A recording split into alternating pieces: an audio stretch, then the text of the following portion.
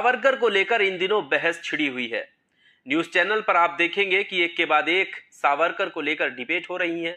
एंकराओं में ये होड़ लगी हुई है कि कैसे सावरकर को वीर साबित किया जाए। इससे पहले राजनाथ सिंह का स्टेटमेंट आया था सावरकर को लेकर। उन्होंने कहा था कि सावरकर ने जो मर्सी पिटीशन ब्रिटिश सरकार को भेजी थी वो खुद उन्होंने अपने आप से माफीनामे नहीं भेजे, बल्कि महात्मा गांधी की वजह से यानी उनके कहने से माफीनामे सरकार को भेजे थे। यही जड़ है जो दोबारा से सावरकर को लेकर बहस छिड़ गई है। वहीं कुछ एंकर जो हैं वो महात्मा गांधी जो हमारे राष्ट्रपिता हैं उनका नाम लेते हुए भी तुतला रहे हैं। हो सकता है आइडियोलॉजी का कोई असर उनके दिमाग पर पड़ा हो। मैं आपको बताता हूं, आज मैं अपनी तरफ से कोई पॉइंट ऐड नहीं करूंगा, सिर्फ आपको तथ्य निकाल के दिखाऊंगा। आज मैं यंग इंडिया अखबार की मैं कॉपी निकाल के लाया हूं जिसको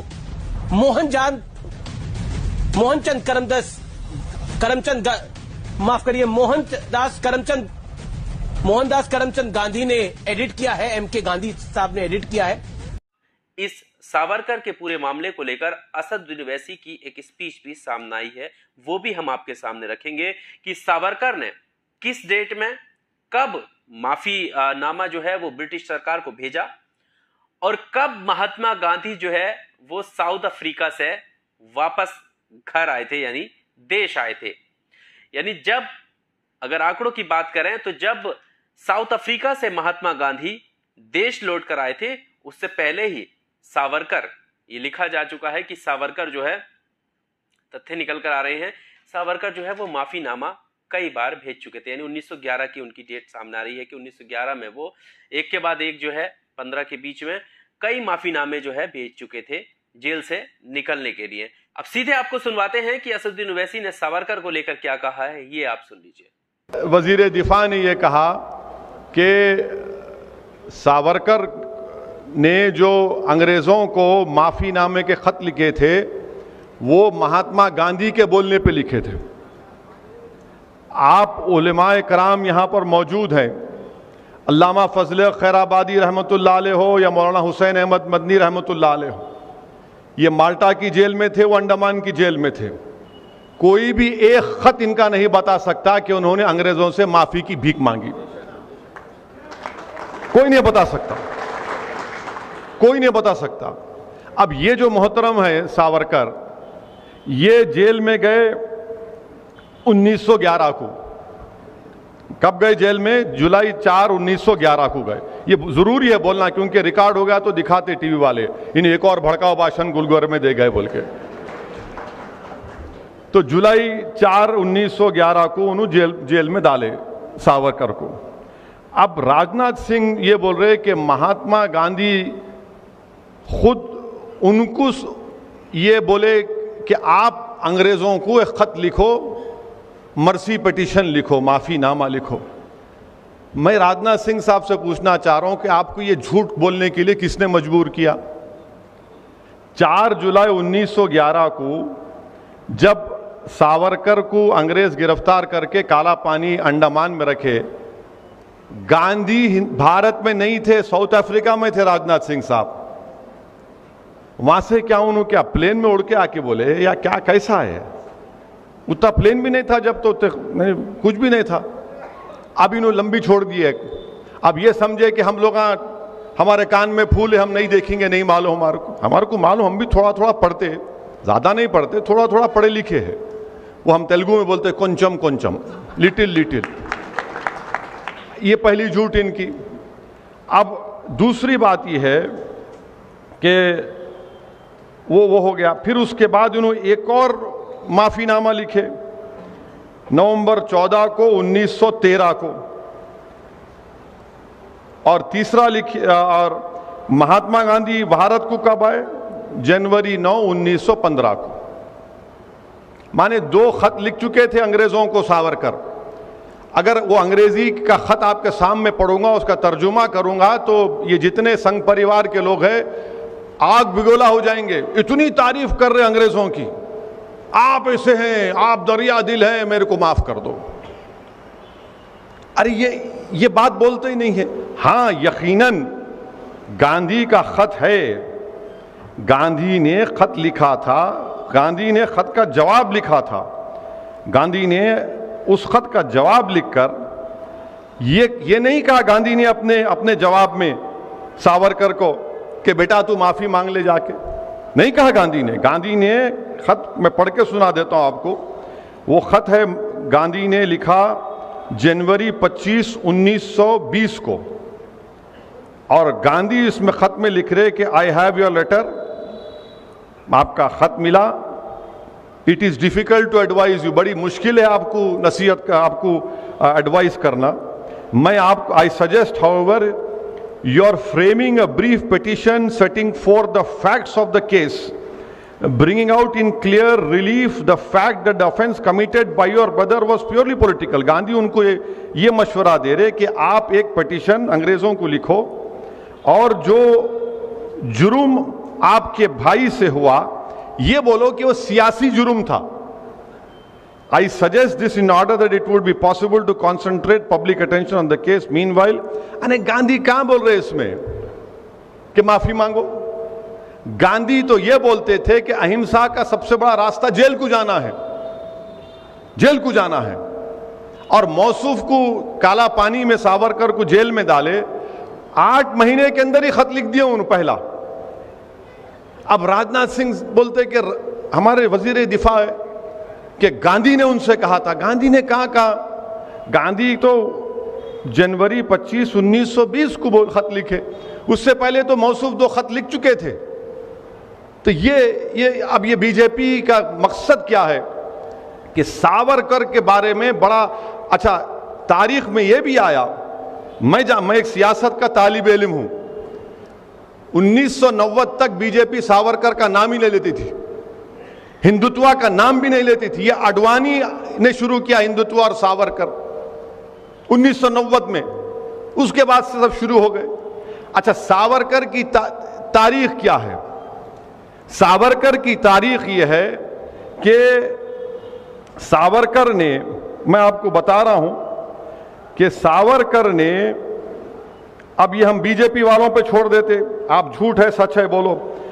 सावरकर ने 1900 आज़ादी मिलने के बाद 1947 में क्या सावरकर ने नहीं कहा था कि मैं तिरंगे को नहीं मानता, मैं भगवा रंग को मानता? कहा था सावरकर ने ये बात। तीसरी बात, सावरकर ने यह भी कहा था कि हिंदू बादशाहों को का यह काम था कि वो मुस्लिम खवातीन की इज्जत लूटते, उनका रेप करते ताकि जंग जीत जाए। चौथी बात सावरकर ने यह कहा था कि जब नेताजी सुभाष चंद्र बोस अंग्रेजों से गुलामी को खत्म कराने के लिए भारत के लोगों से बोल रहे थे कि आओ मेरी इंडियन नेशनल आर्मी में आओ, तो सावरकर लोगों को बोल रहे थे नहीं तुम अंग्रेजों की फौज में जाओ। छठी बात, सावरकर ये तारीख में है, ये मैं को अपने दिल से नहीं, उससे नहीं मना रहा हूं मैं।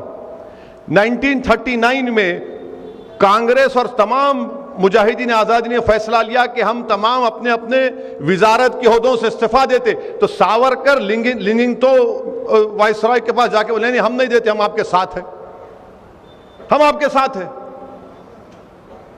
19 सब अच्छा, ये बार बार बोलते हैं मुसलमानों को 2 नेशन थ्योरी। अरे 2 नेशन थ्योरी की सबसे पहले बात करने वाला 1937 में सावरकर थे। सावरकर ने कहा कि हिंदू नेशन है और मुसलमान एक कम्युनिटी है। आप बोले, हम नहीं बोले। ना हमको सावरकर से मतलब है, ना जिन्ना से मतलब था, हमारे को ना रहेगा कभी।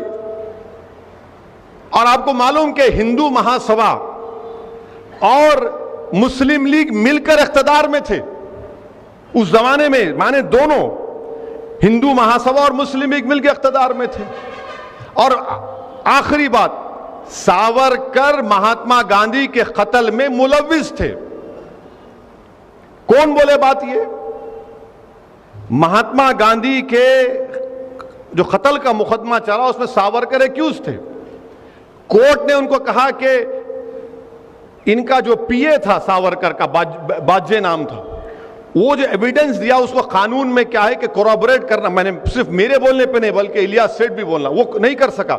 मगर जस्टिस कपूर जो सुप्रीम कोर्ट के चीफ जस्टिस थे, कमीशन ऑफ इंक्वायरी बनाया गया, उन्होंने अपनी रिपोर्ट में कहा कि सावरकर के घर में गांधी के कत्ल की साजिश हुई। आप इनको अपना हीरो मनाते, आप इनको, अच्छा ये भी छोड़ो, आप ये भी अगर झूठ रहा तो क्या सरदार पटेल ने नहीं लिखा कि हिंदू महासभा की एक फाइनेंशियल ऑर्गेनाइजेशन सावरकर के मातहत थी जिसने गांधी को कत्ल किया?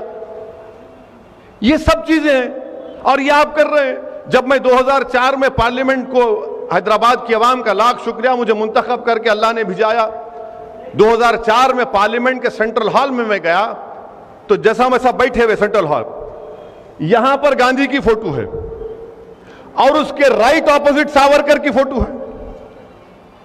आप बताइए कि जिसके कत्ल का मुकदमा उस पर चला, कोर्ट ने बरी किया उनको, मगर इंक्वायरी कमीशन में उनको साबित हुआ कि वो मुलविस थे। यानी गांधी की फोटो एक तरफ, सावरकर की फोटो एक तरफ।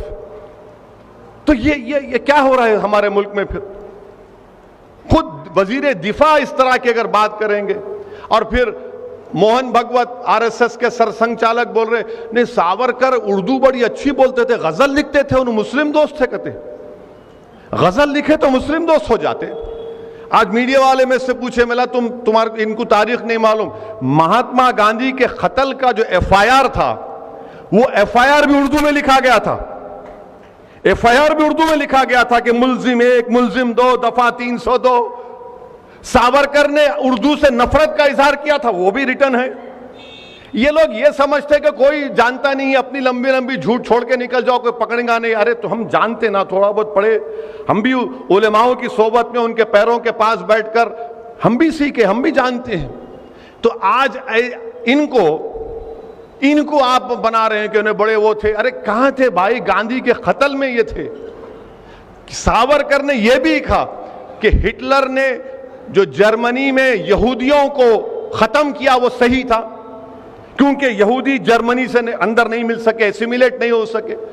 अरे फैसिज्म की तायीद करते थे और हमको सिखा रहे हैं। और सबसे बड़ी बात याद रखिए, बीजेपी और संघ परिवार, जो कांग्रेस के लोग भी आज सावरकर की तायीद करते हैं। खुल के बोलो नहीं मानते उसको।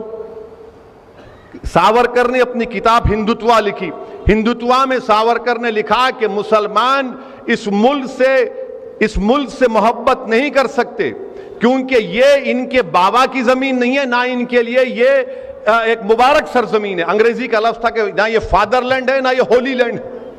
इनका तो होली लैंड मक्का और मदीना में। अरे मक्का मदीना को नहीं पूछते, मक्का मदीना को हम खुदा नहीं मानते, हम जमीन और आसमान के खालिक को खुदा मानते। यह हकीकत है। मगर ये इनकी किताब में लिखा हुआ हिंदुत्वा, इनकी किताब है, पढ़ने अगर पढ़ने का मौका मिला तो पढ़िए आप। बाज़ाब्ता बोल रहे वो, और ये बोल रहे कि मुसलमानों को यहां पर सर्विट्यूड में रहना पड़ेगा। तो ये कल एक वजीर दिफा रहकर, संविधान पर, आईन पर ओत लेकर इस तरह की अगर बातें कोई करेगा तो आप खुद समझ जाइए कि मुल्क किस राह पे जा रहा है। तो इस वीडियो में आपने देखा कि असदुद्दीन ओवैसी वो सारी डेट बताते हुए नजर आ रहे हैं कि हिस्ट्री को किस तरह से पेश किया जा रहा है। यानी राजनाथ सिंह का जो स्टेटमेंट है वो यहीं पर गलत साबित हो रहा है कि जब 1911 में माफीनामा पहले ही भेजा जा चुका हो 1911 के बाद से, और 1915 में गांधी जी जो वापस लौटते हैं, तो फिर कैसे गांधी जी उनसे कह देते हैं कि वो जो है उनके कहने पर माफीनामा सरकार को, ब्रिटिश सरकार को भेजा गया हो। सावरकर के इस पूरे मामले को लेकर कुछ और हिस्टोरियन हैं जो ये बताते हुए नजर आते हैं कि ये बात सही है कि गांधी जी जो हैं वो 1915 में देश आए थे, उससे पहले ही सावरकर माफीनामा भेज चुके थे। लेकिन सावरकर के खतों को देखकर महात्मा गांधी ने ऐसा कुछ कहा था कि जब वो ऑलरेडी माफी मांग चुके हैं तो फिर सावरकर को जेल में रखने का क्या मतलब है। इस तरह की बात कुछ हिस्टोरियन बताते हुए भी नजर आते हैं। बहरहाल इन तथ्यों को लेकर और इन वीडियो को लेकर, ओवैसी के इन तर्कों को लेकर आपका क्या कहना है कमेंट बॉक्स में आप जरूर लिखिएगा। और अगर वीडियो आपको पसंद आया हो तो लाइक कीजिए, शेयर कीजिए और चैनल को सब्सक्राइब जरूर कीजिए। बहुत शुक्रिया।